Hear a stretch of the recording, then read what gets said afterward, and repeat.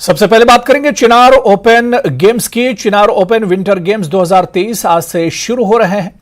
इन प्रतियोगिताओं में skiing, cross country और अन्य मुकाबले आयोजित किए जाएंगे। तो वहीं 15वीं कोर के जीओसी इस कार्यक्रम में भाग लेंगे। आपको बता दें कि कई जगहों के खिलाड़ी इस टूर्नामेंट में हिस्सा लेने वाले हैं। चिनार ओपन विंटर 2023 की आज से शुरुआत हो रही है। इन प्रतियोगिताओं में स्कीइंग, क्रॉस कंट्री और अन्य मुकाबले भी शामिल हैं और बताया जा रहा है कि 15वीं कोर के जीओसी भी इस कार्यक्रम में भाग लेंगे।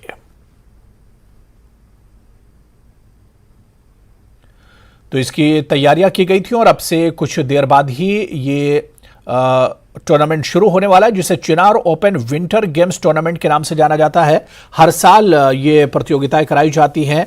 चिनार ओपन विंटर गेम्स 2023 की अब से कुछ देर बाद ही शुरुआत होने वाली है। आपको बताते चलें कि इसे लेकर तैयारियां भी मुकम्मल कर ली गई हैं और इन प्रतियोगिताओं में जो अहम मुकाबले होने वाले हैं वो स्कीइंग, क्रॉस कंट्री और अन्य मुकाबले हैं, जिन पर सबकी नजर रहेगी। बड़ी तादाद में लोग इसे देखने आने वाले भी हैं। और 2023 की अगर बात की जाए तो इसकी आज से शुरुआत हो रही, क्योंकि चिनार ओपन विंटर गेम्स हर साल होते रहे हैं और इस बार भी आज से इसकी शुरुआत होगी। बताया जा रहा है कि 15वीं कोर के जीओसी भी आज के कार्यक्रम में भाग लेंगे। खिलाड़ियों में काफी उत्साह है, क्योंकि हर साल ये मुकाबले होते हैं और इन खिलाड़ियों में भाग लेने के लिए यूटी और इसके अलावा बाहर के खिलाड़ी भी इसमें शिरकत करते हैं। तो आपको बताते चलें कि चिनार ओपन विंटर गेम्स 2023 की आज से शुरुआत हो रही है। सैकड़ों खिलाड़ी इसमें भाग लेंगे और यही वजह है कि खिलाड़ी आज के इस टूर्नामेंट को लेकर, इस विंटर गेम्स को लेकर काफी ज्यादा खुश नजर आ रहे हैं।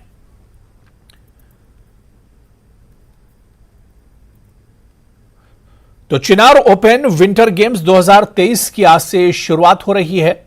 इसमें यूटी के अलावा दूसरे स्टेट के खिलाड़ी भी भाग लेंगे और खिलाड़ियों में काफी उत्साह है, क्योंकि साल में एक बार चिनार ओपन विंटर गेम्स होते हैं और इन विंटर गेम्स में बड़ी तादाद में खिलाड़ी भाग लेते हैं और यहां पर विजेता खिलाड़ियों के लिए नेशनल और इंटरनेशनल लेवल पर आगे बढ़ने का मौका भी इनके पास होता है। तो चिनार ओपन विंटर गेम्स 2023 आज से शुरू हो रहे हैं, क्योंकि जिस तरह से गुलमर्ग की खासतौर से बात की जाए, यहाँ पर काफ़ी ज़्यादा ढलाने हैं, बर्फ़ की ढलाने हैं, जिस पर स्कीइंग करते खिलाड़ी नज़र आएंगे। जो स्कीयर्स हैं वो स्कीइंग करेंगे। क्रॉस कंट्री यहाँ पर होगा और इसके अलावा जो झीलें हैं इनमें भी कई मुकाबले होते हैं। और इसके अलावा स्कीइंग के लिए सबसे अहम माना जाता है गुलमर्ग की अगर बात करें, गुलमर्ग में बर्फ़ के जो ढलान हैं वो स्कीयर्स के लिए काफ़ी मौजू होती हैं। तो ऐसे में चिनार ओपन विंटर गेम्स का साल भर इंतजार रहता है और आज से चिनार ओपन विंटर गेम्स 2023 की शुरुआत हो रही है। इसका शुभारंभ होने वाला है। तो इन प्रतियोगिताओं में स्कीइंग, क्रॉस कंट्री और अन्य मुकाबले भी शामिल हैं। और इसके अलावा आपको बता दें कि 15वीं कोर के जीओसी कार्यक्रम में भी भाग लेंगे। हमारे सहयोगी भी इस पर जुड़ेंगे, उनसे भी हम जानने की कोशिश करेंगे कि कितनी देर में बाकायदा की शुरुआत होगी, क्योंकि चिनार ओपन विंटर गेम्स 2023 आज से बाकायदा शुरू हो रहे हैं और इन गेम्स को लेकर साल भर खिलाड़ी इंतजार करते हैं और यही वजह है कि खिलाड़ी काफी उत्साहित नजर आ रहे हैं, क्योंकि चिनार ओपन विंटर गेम्स में हिस्सा लेने के बाद नेशनल और इंटरनेशनल लेवल पर जाने का खिलाड़ियों के पास एक अच्छा मौका होता है। इसके अलावा गुलमर्ग की अगर बात की जाए तो यहाँ पर जो बर्फ के पहाड़ हैं, बर्फ के जो ढलान हैं, वो स्कीइंग के लिए काफ़ी अच्छे माने जाते हैं।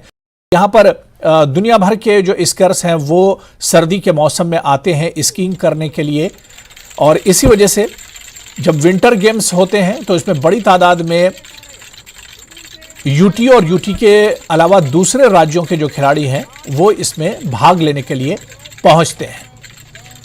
और चलिए इसी खबर पर और अपडेट लेने के लिए हमारे सहयोगी गुलमर्ग से मुनीर हुसैन हुर्रा हमारे साथ जुड़े हुए हैं। मुनीर, चिनार ओपन विंटर गेम्स 2023 की आज से शुरुआत हो रही है, किस तरह की तैयारी की गई है, खिलाड़ियों में कितना उत्साह है?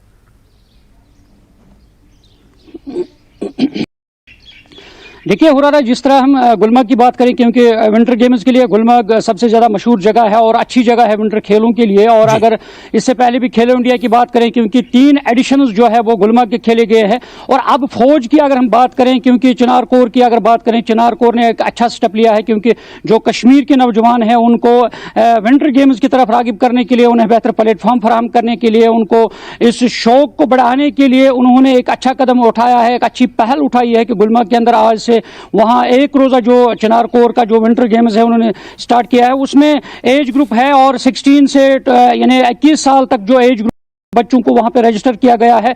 करीबन आज जो बच्चों ने रजिस्ट्रेशन की है, करीबन 500 के करीब जो बच्चे हैं वो उन्होंने रजिस्टर अपने आप को किया है। और आज जो 15 कोर के चिनार कोर के जो जीओसी है, जनरल ऑफिसर कमांडिंग, वो वहां पे आ रहे हैं कि बच्चों को हौसला बढ़ाएंगे और उनको बाकायदा तौर पे समझाएंगे कि किस तरह विंटर गेम्स जो है हमारे कश्मीर के अंदर जब इतनी सारी फैसिलिटीज मौजूद है तो यहाँ के नौजवानों को इन खेलों में अपना भाग लेना चाहे और हिस्सा लेना चाहे और अपनी सलाहियतों को निखारना चाहे, टैलेंट को दिखाना चाहे।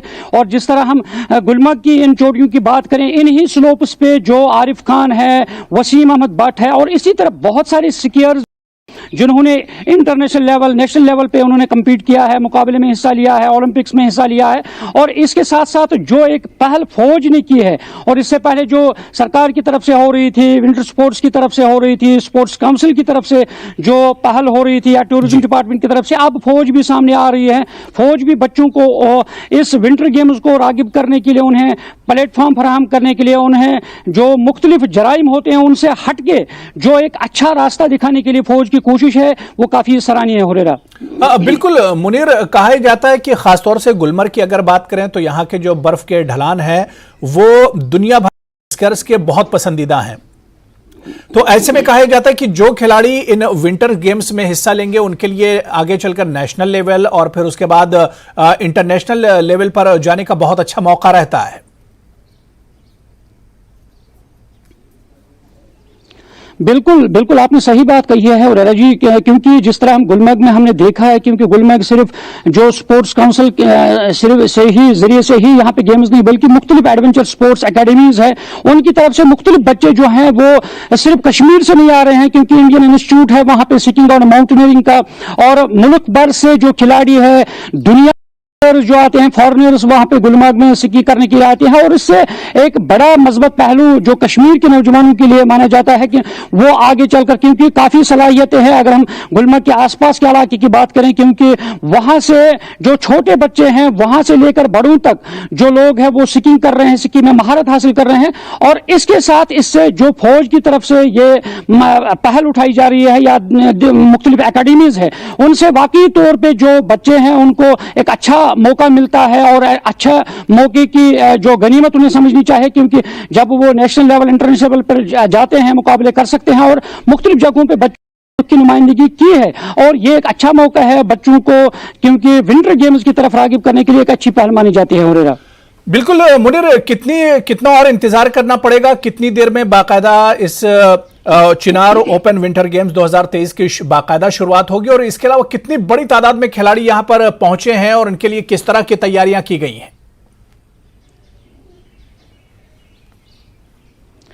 देखिए हुरैरा, ये 2 जगहों पर ये मुकाबले होंगे। एक तो गुलमर्ग गोल्फ क्लब जो है वहाँ पे ये मुकाबले होंगे, और इसके साथ साथ हाई ऑल्टीट्यूड वॉरफेयर स्कूल जो है उसके अंदर भी कुछ मुकाबले होंगे। और ये सुबह 9 बजे ये होंगे ये गेम्स मुख्तलिफ जगहों पे, और उसके बाद 12:30 बजे जो है जीओसी जो है 15 कोर के वो गुलमर्ग पहुंच रहे हैं और वहां तबादले ख्याल करेंगे बच्चों के साथ, और जो बच्चे पोजीशन हासिल करेंगे उनका एजाज से नवाजा जाएगा। और इसके साथ साथ गुलमर्ग में मुख्तलिफ स्लोप्स है, वहां पे ये मुकाबले हो रहे हैं। और करीबन अगर हम खिलाड़ियों की बात करें, खिलाड़ियों करीबन जो हमारे पास इंफॉर्मेशन आई है ऑफिशियली, और करीबन 400 से ज्यादा जो खिलाड़ी जिन्होंने रजिस्टर किया है अपने आप को, वो इसमें हिस्सा ले रहे हैं। क्योंकि 16 से, मैंने पहले भी बताया है, 16 से जो 21 साल की उम्र के जुमरे में जो आते हैं वो हिस्सा ले रहे हैं। और इसके साथ साथ जो मुकामी लोग हैं और बहुत सारे जो नौजवान है वो वहाँ वो देखने के लिए कि किस तरह बच्चे वहाँ पे शमूलियत कर रहे हैं, छोटे बच्चे भी वहाँ पे पहुँच रहे हैं काफ़ी तादाद में। गुलमर्ग में जब हम कोई भी इवेंट होता है तो बहुत सारे लोग जो है शायकीन भी आते हैं, और जिन्होंने रजिस्टर नहीं किया होता है अपने आप को, वो भी वहाँ पे इन सारी चीज़ों को देखने के लिए आते हैं, ताकि ये मैसेज जो है पूरे वादी कश्मीर के कोने कोने में पहुँचे, ताकि बच्चों में जो शौक है, ज़ौक है, वो बढ़ सके।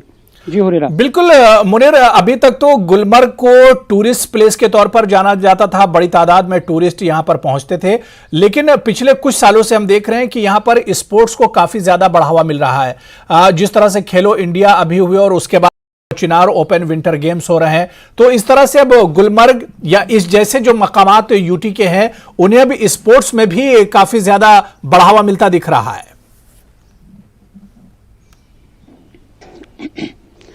बिल्कुल आपने अच्छी बात कही है रारा जी की। जिस तरह हमने गुज़श्ता सालों से, सदियों से जब हम देखते हैं गुलमर्ग को सिर्फ टूरिज्म के लिहाज से, एतबार से काफ़ी अहम जगह मानी जाती थी, और गुज़श्ता कई सालों से जब से वज़ीर आज़म नरेंद्र मोदी ने खेलो इंडिया का मिशन उठाया है, और तब से जो गुलमर्ग में विंटर गेम्स का है उसमें बहुत सा चलन बढ़ने लगा है, क्योंकि गुज़श्ता 3 सालों से जिस तरह खेलो इंडिया वहाँ पर हुआ है, और अब जो वहाँ पर मुख्तलिफ है, मुख्तलिफ स्पोर्ट्स काउंसिल की तरफ से मुख्तलिफ गेमें हो रही है, तो जाहिर सी बात है कि वहाँ जो विंटर गेम्स है वो बढ़ने लगा है। और इतना ही नहीं, बल्कि कश्मीर के अंदर चाहे गुरेज हो, दुधपथरी हो, तोसा मैदान हो और पहलगाम हो, इन जगहों पे भी अब एस्टेब्लिश किया जा रहा है सरकार की तरफ से, ताकि विंटर गेम्स हैं उन जगहों पे भी बच्चों को रागिब किया जाएगा। उन जगहों पे विंटर गेम्स जो मुख्तलिफ मुकाबले हैं वो उनको मुनाकिद किया जा रहा है, और गुलमर्ग इसमें सर फहरिस्त है खास तौर पर, क्योंकि गुलमर्ग में इंटरनेशनल लेवल के स्लोप्स मौजूद है। इन स्लोप्स पे जो फॉरेनर्स की कर रहे हैं, मुख्तलिफ जो एक्सपर्ट्स वहां पे आते हैं, उस लिहाज से, उस एतबार से सयाहत के साथ साथ जो विंटर स्पोर्ट्स है उसमें काफी सारी फहरिस्त माना जाता है, और काफी बहुत सारा जो पॉजिटिव मस्बत रोल जो रहा है सयाहत का भी, और इसके साथ साथ जो टूरिस्ट जो आते हैं वो खास तौर पे कुछ लोग शौकिया तौर पे स्कीइंग भी करते हैं। तो उस लिहाज से, और इंडियन इंस्टीट्यूट जब बना है 2007 में गुलमर्ग के अंदर, तब से जो मुल्क के स्कीयर्स हैं, दुनिया के स्कीयर्स है, उनका जो रुझान है वो जम्मू कश्मीर की तरफ बढ़ने लगा है, खासतौर पर गुलमर्ग की तरफ बढ़ने लगा है। तो जाहिर है कि जो कश्मीर के अंदर मुख्तलिफ मकामात हैं उनको भी एस्टैब्लिश किया जा रहा है, और गुलमर्ग में ज्यादा तौर पे ये दिखाई देने लगा है। हुरैरा, चलिए मुनीर, बहुत बहुत शुक्रिया। जैसे ही गेम्स शुरू होंगे तो आपके पास दोबारा लौटेंगे और अपडेट लेंगे। बहुत बहुत शुक्रिया जुड़ने के लिए। तो चिनार ओपन विंटर गेम्स 2023 का आज से शुरुआत होनी है। जिस तरह से हमारे सहयोगी गुलमर्ग से मुनीर हुसैन हुर्रा हमारे साथ जुड़े हुए थे, उन्होंने कहा कि खिलाड़ियों में आज के इन खेलों को लेकर काफी ज्यादा उत्साह देखने को मिल रहा है। चलिए यहां पर रुकेंगे फिलहाल छोटे से ब्रेक के लिए। भारत के नेतृत्व में क्वाड के सदस्य देशों के विदेश मंत्रियों की बैठक आज दिल्ली में होगी। भारत के नेतृत्व में सदस्य देशों की बैठक होगी। बैठक की अध्यक्षता विदेश मंत्री एस जयशंकर करेंगे। अमेरिकी विदेश मंत्री एंटनी ब्लिंकन, ऑस्ट्रेलियाई विदेश मंत्री और जापान के विदेश मंत्री भी इस बैठक में शामिल होंगे। विदेश मंत्रालय के मुताबिक बैठक में सदस्य देश अपने रचनात्मक एजेंडे को आगे बढ़ाने और क्षेत्र की समकालीन प्राथमिकताओं को ध्यान में रखते हुए क्वाड की प्रगति की समीक्षा करेंगे। सूत्रों के अनुसार बैठक में चीन की बढ़ती आक्रामकता की पृष्ठभूमि में हिंद प्रशांत क्षेत्र की मौजूदा स्थिति पर चर्चा हो सकती है। इससे पहले सितंबर 2022 में न्यूयॉर्क में क्वाड के विदेश मंत्रियों की बैठक हुई थी। और चलिए इसी क्वाड बैठक पर और जानकारी लेने के लिए हमारे सहयोगी दिल्ली से शैलेंद्र वांगू हमारे साथ जुड़े हुए हैं। शैलेंद्र, आज बहुत इंपॉर्टेंट क्वाड की बैठक होने वाली है जिसकी अध्यक्षता भारत कर रहा है। कितनी देर में बैठक शुरू होगी और क्या कुछ खास एजेंडा होगा आज की इस बैठक का? देखिए, ये बैठक आपसे कुछ देर बाद यहाँ दिल्ली में शुरू होने वाली है, और इस बैठक में 4 देशों के विदेश मंत्री शामिल होंगे, और भारत इस बैठक की अध्यक्षता कर रहा है। आपको बता दें कि दिल्ली में कल G20 देशों के विदेश मंत्रियों की बैठक हुई थी। हालांकि उस बैठक में जापान के विदेश मंत्री जो है वो शामिल हुए थे कुछ डोमेस्टिक कारणों के चलते। योशिमासा हायाशी ये विदेश मंत्री हैं जापान के, जो कल शामिल नहीं हो पाए थे, लेकिन क्वाड की बैठक के लिए स्पेशली वो अब से करीब आधा घंटा पहले दिल्ली पहुंच चुके हैं, और ये मीटिंग दिल्ली के एक 5-तारा होटल में ये बैठक अब से कुछ देर में शुरू होगी। भारत इसकी अध्यक्षता करेगा। आपको याद दिला दें कि क्वाड का मकसद ये है कि इंडो पैसिफिक को फ्री और ओपन रखा जाए, ये मकसद सभी देशों का है। और इसी मुद्दे को लेकर अमेरिका, भारत, ऑस्ट्रेलिया और जापान, ये चारों मुल्क एक मंच पर एक साथ आए हैं। मुखालफत हमने देखा है कि समय समय पर चीन ने की है, लेकिन भारत ये कहता आ रहा है और तमाम जो सदस्य देश हैं क्वाड के, वो ये कहते आए हैं कि ये जो ग्रुपिंग है ये कंस्ट्रक्टिव है, ये किसी के खिलाफ ये ग्रुपिंग नहीं तैयार की गई है, ये कंस्ट्रक्टिव है। और आखिरी बैठक जो है, जैसे कि आपने बताया कि पिछले साल सितंबर में न्यूयॉर्क में हुई थी, और ये क्योंकि G20 अभी विदेश मंत्री सब दिल्ली आए थे, तो ऐसे में ये एक सही मौका था जब एक बार फिर से क्वाड की अगली बैठक होगी। और माना जा रहा है कि जो क्वाड की अगली बैठक होगी उसमें प्रधानमंत्री मोदी के लेवल पे ये मीटिंग होगी, और उसमें उन बाकी 3 देशों के जो राष्ट्राध्यक्ष हैं वो भी शामिल होंगे। मकसद यही है कि न सिर्फ इंडो पैसिफिक को सेफ रखा जाए, लेकिन वही साथ ही साथ ये भी इसका मकसद है कि दुनिया को तरक्की के रास्ते पे ले जाए। हमने ये भी देखा है कि जो वैक्सीन को लेकर भी क्वाड का काफी कंट्रीब्यूशन रहा है वैक्सीन डिस्ट्रीब्यूशन को लेकर, तो जाहिर तौर पर ये कंस्ट्रक्टिव एक ग्रुपिंग है जिसका काम तमाम मुल्कों को राहत पहुंचाना, तमाम मुल्कों में डेवलपमेंट पैदा करना है। बिल्कुल। शैलेंद्र, एक और सवाल कि इस बैठक में क्या चीन जिस तरह से रीजन में आक्रामकता उसकी दिख रही है, क्या इस पर भी, चीन के रवैये पर भी बातचीत हो सकती है? देखिए, ये बात बता रहा है कि क्वाड जो है वो किसी देश के खिलाफ एकजुटता नहीं है।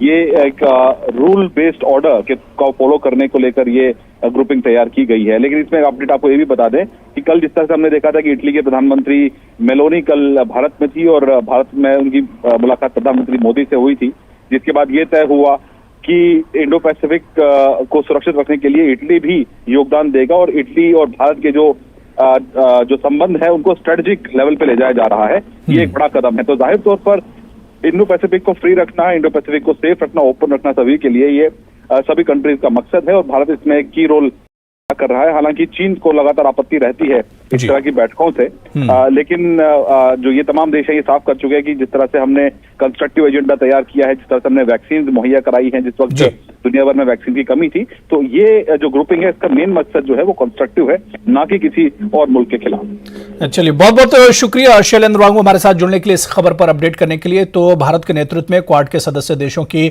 अब से कुछ देर बाद दिल्ली में बैठक शुरू होगी, जो काफी इंपॉर्टेंट मानी जा रही है। आगे बढ़ेंगे। श्रीनगर में G20 की एक बैठक होगी, जिसके लिए तैयारी जोरों पर चल रही है। शहर को सजाया जा रहा है। ये बैठक मई में होनी है। इस सम्मेलन के द्वारा केंद्र सरकार जम्मू कश्मीर में सकारात्मक बदलाव को पूरी दुनिया के सामने रखने की तैयारी में है। हाल ही में केंद्र की टीम ने कश्मीर का दौरा किया था। तो G20 शिखर सम्मेलन के पहले संबंधित एजेंसियों द्वारा जिन सड़कों को सुधारा जाना है, उनमें श्रीनगर हाईवे अड्डे से SKICC मार्ग, residency road, boulevard road, hotel Lalit, hotel Taj और नेहरू गेस्ट हाउस की ओर जाने वाली सड़कें, पार्कों की ओर जाने वाली सड़कें शामिल हैं। तो चलिए, इस खबर पर और बातचीत करने के लिए हमारे सहयोगी श्रीनगर से परवेज हमारे साथ जुड़े हुए हैं। परवेज, श्रीनगर में G20 की तैयारियों को लेकर कहा जा रहा है कि बैठक होने वाली, और इससे पहले भी बैठकें होती रही हैं। किस तरह की तैयारी चल रही है, और जो बैठक होने वाली है वो कितनी इंपॉर्टेंट है?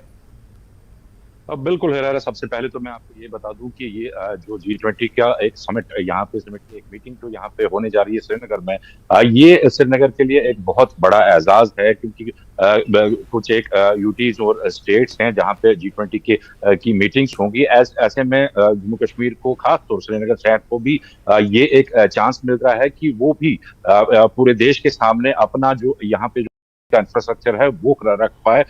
इस मीटिंग का मकसद जो भी हो, लेकिन यहाँ कश्मीर के लोगों की उम्मीद ये है कि जो ये मीटिंग होगी, इससे जो एक कश्मीर की छवि है वो एक डिफरेंट छवि बाहर के जो ममालिक है वहां पे पड़ेगी।